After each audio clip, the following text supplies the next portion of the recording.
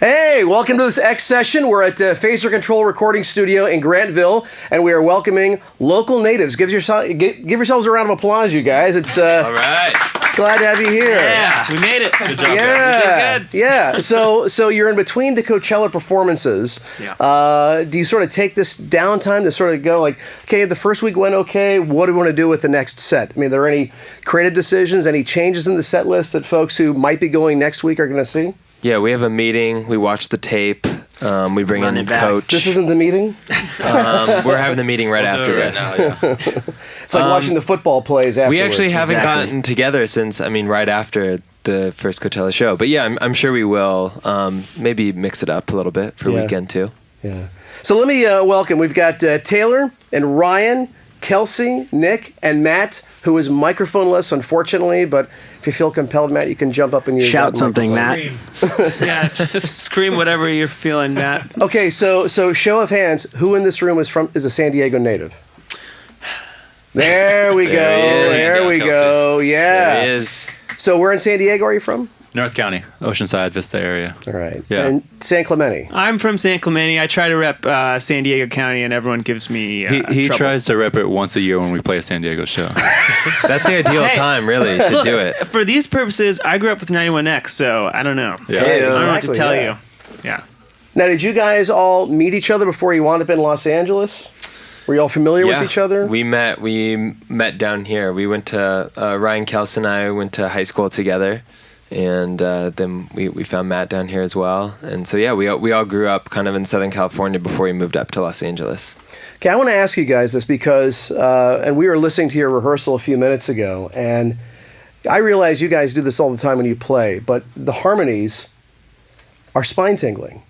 And, for mere mortals like us, I realize this is your job, but for the rest of us, it's astonishing to hear those kinds of harmonies. And there's a really great Southern California musical legacy for three-part harmony. I mean, Buffalo Springfield, Byrds, Crosby, Stills, Nash, the latter day, if you want to call it that, Fleetwood Mac. I mean, where do you guys draw the, I hate to use the word influence, but how did you guys learn to harmonize like this? Well, a lot of the bands that you mentioned, we'd listen to when we were little. I think our parents would all kind of play those records for us. So I think that kind of got us started. And then when we met, everyone just wanted to sing basically at the same time.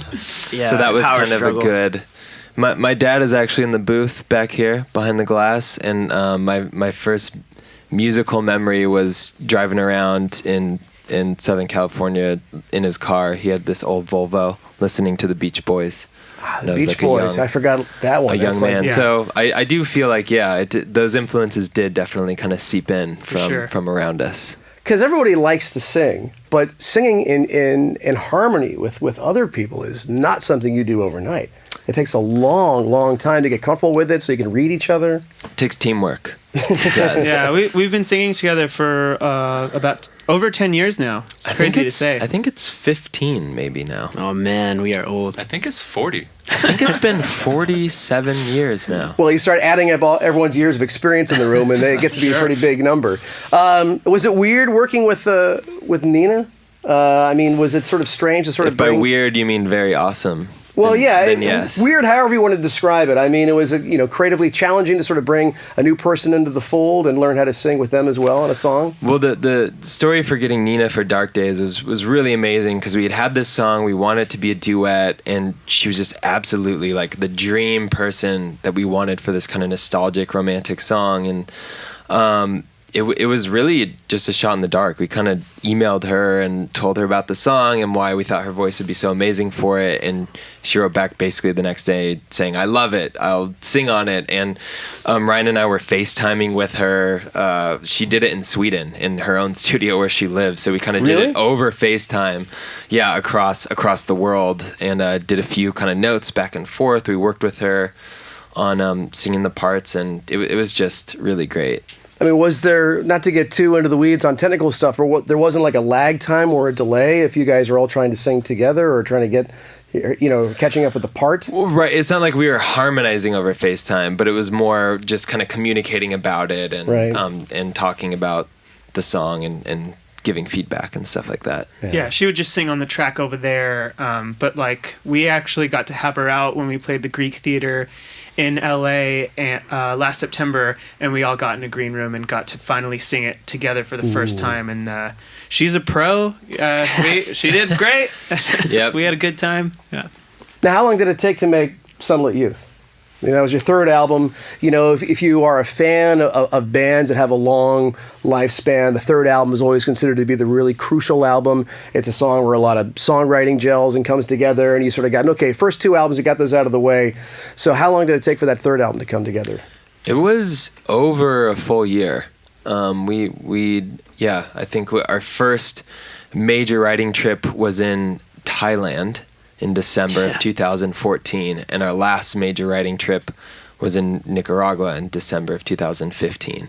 And we took a bunch of trips in between, and those two bookends were, it's kind of this album, the approach was let's just do anything that feels exciting, and we wanted to be in this really kind of open-minded state. And so we ended up, instead of just kind of renting out this one studio and living in this, basement forever, we took all these trips to different places around the world, and it was a really awesome way to make a record. So these songs will have recordings on them from Joshua Tree in Ojai and Thailand, Nicaragua, and our studio in LA. They kind of have these imprint from all over. Right. The different imprints of where you guys were when you came up with the song. Sure. Yeah. That's great. Were you demoing at the same time? I mean, it's kind of easy to do now with your phone and everything. Right. I mean, making a record, quote unquote, feels a little like nebulous between writing and then recording. They kind of all mesh together nowadays. We'll take a bunch of stuff from things we've demoed and add them to things in a nice studio. And the basic rule, like Taylor was saying, like whatever makes us feel good. So if it wasn't technically recorded well, but we liked it, we would just say, screw it, let's use it. Yeah, that's kind of cool. It's like the whole idea of using some demos for the final version of the album. Well, just trusting your gut and just following your ears. Like whatever sounds good to you is probably what you should do. And did the place where the songs came together leave an imprint too? Like was a particular track the Ojai song or something like that? Yeah, totally. I think so. I think like Masters is definitely the Nicaragua song. A lot that Thailand trip, we had been writing a little bit before that, but that's where like I'd say Past Sea of Lives Years was, and Past Lives and Villainy all came together, and that was kind of the first foothold of the album. Let me nerd out and ask you guys another recording kind of question, and that is there a particular piece of gear that any of you need that if it is not present when you're working on a particular song, this isn't going to work? Is there like the whoopee sort of gear that you need to have? I would say iPhone, because it's like throwing down voice memos is like how we remember like half of our songs. Whatever we're playing, if we're in the room or we're like on a beach somewhere, wherever, you just kind of record it. Then we have all our parts, I guess, later on. I'd take a piano everywhere I went, but they're very heavy. Right? Yeah. They're very big. Harmonica is kind of a better alternative there. Sure. Can't sing and play the harmonica though. I haven't mastered that yet. There's not too many folks who can go and pull that off. Right. So it sounds like you guys are going to play 3 songs here. I just want to ask one more question before we have some of your fans come in. And, when you do a show like Coachella, it's massive. The scale is always massive.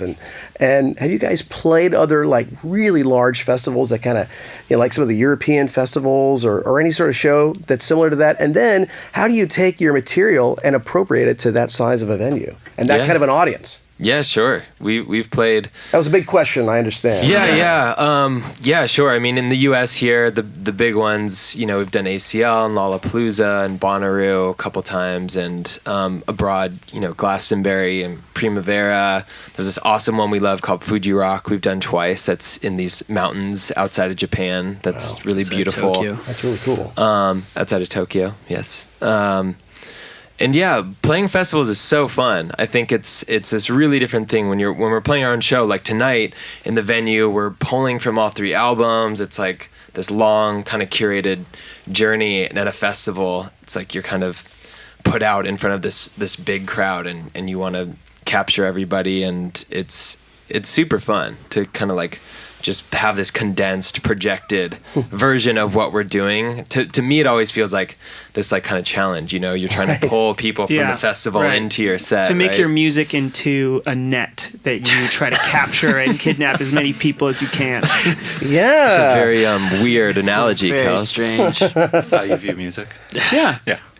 Well, I want to say thank you for playing our Rex the Hall show back in December. We had a great time having you guys there. The set was fantastic on our first night, so thank you so much, and thank you so much for making time to do this, you guys. I do Sure. want to It was our pleasure. just mention, just in case, that at that show, you guys actually gave me some skydiving tickets. Oh, yeah. Yeah, that was part of the, they're like, thanks for playing. Here's some skydiving tickets. And I'm going tomorrow morning with Really? with So you my guys are dad. now responsible for him. Wow. Yeah, if anything happens, I'm coming to your house. Wow. Wow.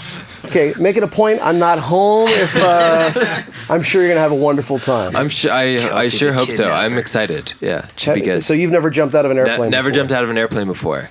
Is this a bucket list move? It is. Yeah, I've talked with my dad about it forever, and then when I got this chance, I was, You I taking Dad along? jumped on it. Yeah. We're going tomorrow. Nice. morning. Oh my goodness, that's great. Yeah. All right. Have you jumped out of an airplane? Hell no. No Oh, way, yeah. man. Yeah, No, yeah, that's- no. if somebody else can do that. That's on fine. my bucket list not to do. Yeah. Reverse list. Yeah. Maybe if I'm flying United, I would do that. Outside of that, I think I would stay actually. Oh, come on. Seriously? Really? It's cool. My dad flew for American Airlines, so we hated United. So Good thing they had that merger. yeah. Local natives, everybody.